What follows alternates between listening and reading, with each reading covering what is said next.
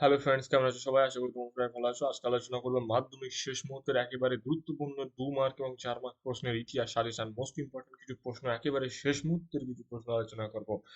So friend, ভিডিওটি একেবারে প্রথম থেকে শেষ পর্যন্ত তোমরা ভালোভাবে দেখবে আর নোট করে নেবে, এবং এই প্রশ্নগুলি তোমরা মিলিয়ে নেবে যে এগুলো তোমরা পড়া আছে কিনা। আর অবশ্যই চ্যানেলটি সাবস্ক্রাইব করে পাশে থাকা বেল আইকনে ক্লিক করে দেবে, যাতে এইরকম গুরুত্বপূর্ণ ভিডিও তোমরা সবার আগে পেয়ে যাও। তো ভিডিওটি শুরু করা যাক। প্রথম অধ্যায় ইতিহাসের ধারণা। এটি 4 মার্ক প্রশ্ন।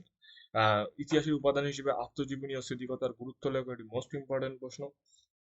পরবর্তী প্রশ্নটি হলো আধুনিক ইতিহাস চর্চার উপাদান হিসেবে 70 বৎসর জীবন স্মৃতি ও জীবনের ঝরাপাতা সম্পর্কে লেখো, এটিও কিন্তু খুবই গুরুত্বপূর্ণ। এই প্রশ্নটি আসার সম্ভাবনা খুবই বেশি। যদি না আসে জীবন স্মৃতি ঝরাপাতা, এই দুটি প্রশ্ন আসতে পারে। তো পরবর্তী প্রথম অধ্যায় থেকে মোট এই দুটি প্রশ্ন তোমরা অবশ্যই ভালোভাবে পড়ো।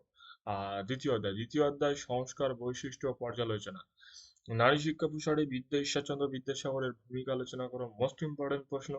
নারী শিক্ষা প্রসারে ঈশ্বরচন্দ্র বিদ্যাসাগরের ভূমিকা আলোচনা করো। পরবর্তী প্রশ্ন, হুতুম প্যাঁচার নকশা গ্রন্থে 19 শতকে বাংলার কিরূপ সমাজ চিত্র ফুটে উঠেছে?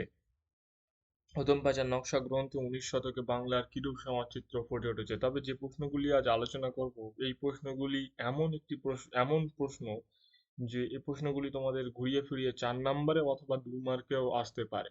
তো সো ফ্রেন্ড, এই ভিডিওটি ভালোভাবে দেখো, আর এই যে প্রশ্নগুলি বলছি, এই প্রশ্নগুলির উত্তরগুলি তোমরা ভালোভাবে এটি দেখে পড়ে যেও, যাতে তোমরা 2 নাম্বার আসলে সেটাও লিখতে পারো এবং 4 নাম্বার আসলে সেটাও তোমরা লিখে আসতে পারো।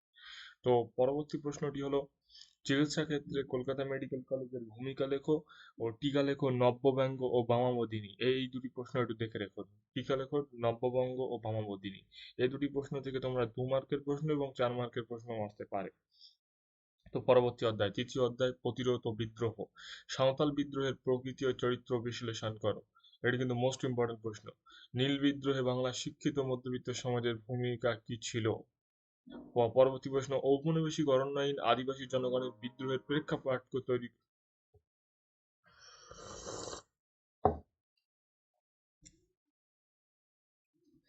পরবর্তী প্রশ্নটি হলো, ঔপনিবেশিক অরণ্যায়ন ভারতের আদিবাসী জনগণের বিদ্রোহের প্রেক্ষাপট তৈরি করেছিল, মন্তব্যটি ব্যাখ্যা করো।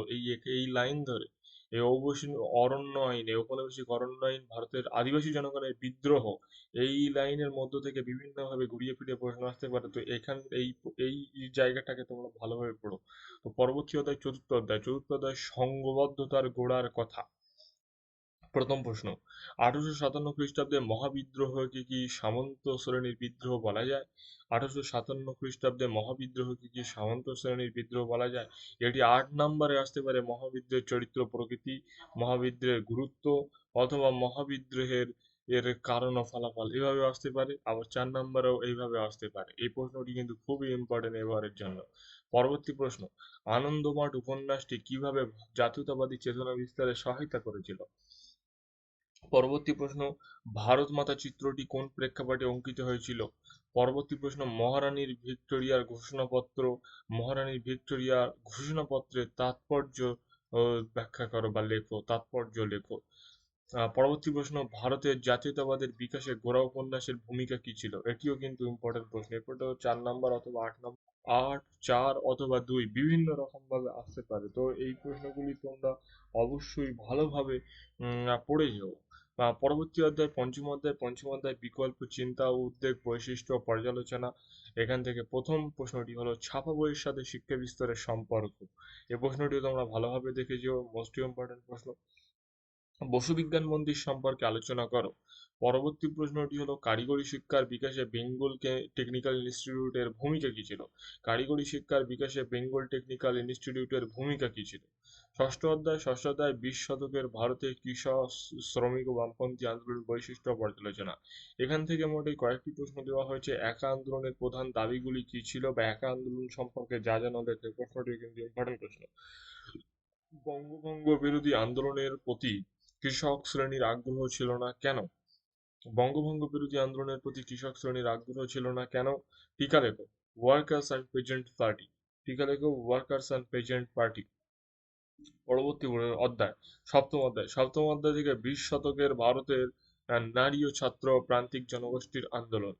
পরবর্তী এই এই অধ্যায় থেকে ৭ম অধ্যায় থেকে প্রথম প্রশ্নটি হলো দলিত আন্দোলন বিষয়ে গান্ধী আম্বেদকর বিতর্ক নিয়ে একটি টিকা লেখো, বা গান্ধী আম্বেদকর বিতর্ক কেন হয়েছিল, কি কারণে হয়েছিল, বিভিন্ন ভাবে এই প্রশ্নটি আসতে পারে। গান্ধী আম্বেদকর বিতর্ক এভাবে কিন্তু খুবই গুরুত্বপূর্ণ এবারের জন্য, তোমরা অবশ্যই এই প্রশ্নটি ভালোভাবে দেখে যেও। তারপরে আসে বঙ্গভঙ্গ বিরোধী আন্দোলনে নারীদের অবদান, এইটিও কিন্তু খুবই ইম্পর্টেন্ট প্রশ্ন। এই দুটি প্রশ্নটি কিন্তু টেস্ট পেপারের বিভিন্ন জায়গায় বিভিন্ন পাতায় এসেছে, বারে বারে এসেছে। তো এই প্রশ্নটিও তোমরা খুব ভালোভাবে দেখে দিও। তারপরে আসে বাংলার নমঃশূদ্র আন্দোলন সম্পর্কে লেখো। পরবর্তী অধ্যায়, অষ্টম অধ্যায়, ঔপনিবেশিক ভারত। ঔপনিবেশিক ভারত থেকে প্রথম আসে স্বাধীনতার হায়দ্রাবাদ রাজ্যটি, স্বাধীনতার পর হায়দ্রাবাদ রাজ্যটি কিভাবে ভারতের অন্তর্ভুক্ত হয়, এটি কিন্তু খুবই ইম্পর্টেন্ট প্রশ্ন। তারপর এখান থেকে আছে উদ্বাস্তু সমস্যা বলতে কি বোঝো, এই সমস্যার সমাধানে নেহেরু লিয়াকত চুক্তি কি ভূমিকা নিয়েছিল, বা উদ্বাস্তু সমস্যার সমাধানে ভারত সরকার কি কি পদক্ষেপ নিয়েছিল, এটিও কিন্তু মোস্ট ইম্পর্টেন্ট প্রশ্ন। তো এখানেই এই অষ্টম অধ্যায়, তোমাদের এই ৮টি অধ্যায় আজ আলোচনা করা হলো। ৪ মার্ক প্রশ্ন, এই প্রশ্নগুলি যেগুলো দেখানো হয়েছে তোমরা অবশ্যই ভালোভাবে পড়ে যেও, একেবারে অবহেলা করবে না।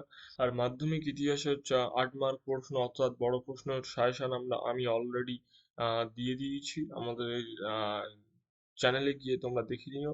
আর এই ভিডিওটি তোমাদের কেমন লাগলো তোমরা অবশ্যই কমেন্টস বক্সে কমেন্ট করে জানিও, এবং ভিডিওটিতে একটি লাইক দিও। আর এই ভিডিওটি তোমাদের বন্ধুদের মাঝেও শেয়ার করে দাও, এবং পাশে এই চ্যানেলটি অবশ্যই সাবস্ক্রাইব করে পাশে থাকা বেল আইকনে ক্লিক করে রাখো, যাতে এই রকম গুরুত্বপূর্ণ সাজেশন এবং শিক্ষামূলক ভিডিও তোমরা সবার আগে পেয়ে যাও। তো সবাইকে শুভকামনা জানিয়ে আজ এখানেই শেষ করলাম।